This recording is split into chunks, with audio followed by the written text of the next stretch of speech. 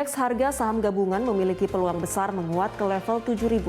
Sejak dimulainya perdagangan pasar modal Indonesia, IHSG catat kinerja terbaik pada rentang setelah tahun 2014 seiring dengan pertumbuhan ekonomi dan perkembangan pembangunan di Indonesia.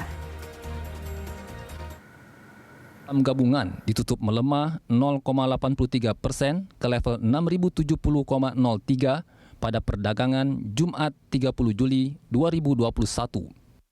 Dalam sepekan terakhir, IHSG berfluktuasi di kisaran 6.000 hingga ke atas 6.100. COVID-19 dan profit taking serta dinamika ekonomi global jadi faktor berpengaruh utama bagi IHSG. Akibat pandemi COVID-19, IHSG sempat anjlok ke level terendah di kisaran 3.911 pada Maret 2020. Sejumlah analis optimistis IHSG bisa segera melampaui level tertinggi saat sebelum pandemi, menembus 6.600. Dalam 20 tahun terakhir, IHSG menunjukkan pertumbuhan terbaik jika dibanding indeks saham utama sejumlah negara di ASEAN. Dari segi performa indeks maupun kapitalisasi, IHSG masih lebih unggul. Selama 20 tahun terakhir, kenaikan rata-rata per tahun atau kita biasa sebutnya CAGR, compounded annual growth rate, itu untuk bursa Indonesia ini angkanya adalah 17%. Jadi tiap tahun kita ambil rata-rata dari tahun 2000 sampai tahun 2020, itu kenaikan per tahun 17%. Ini kita lebih tinggi dibandingkan saingan terdekat kita, itu kita selalu head to head dengan Thailand, di mana Thailand itu 16% rata-rata selama 20 tahun terakhir kenaikan market cap bursanya. Kita menang jauh dibandingkan Malaysia yang hanya sekitar 6% dan Filipina 12%. Jadi secara performa ini bisa dibilang Indonesia adalah top performer dari segi regional bursa, dan harusnya di tengah selebrasi ulang tahun bursa ini kita harusnya berbangga diri karena bursa kita itu performanya sangat bagus sekali di dalam 20 tahun terakhir.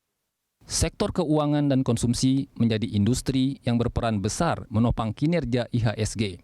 Bursa Efek Indonesia mencatat, per Januari 2021, konstituen dengan kontribusi terbesar IHSG didominasi emiten perbankan dan konsumsi.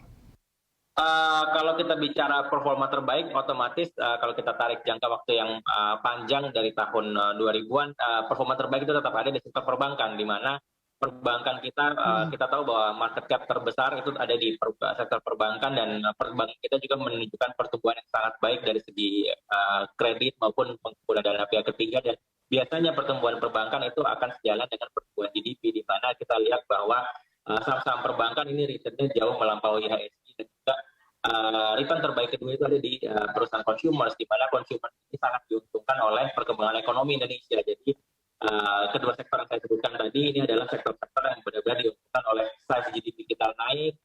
BEI mencatat sepanjang semester 1 2021, rata-rata volume perdagangan harian mencapai 18,75 miliar unit saham.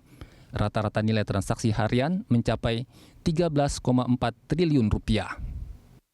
Nilai kapitalisasi pasar emiten di bursa mencapai 7.107 triliun rupiah.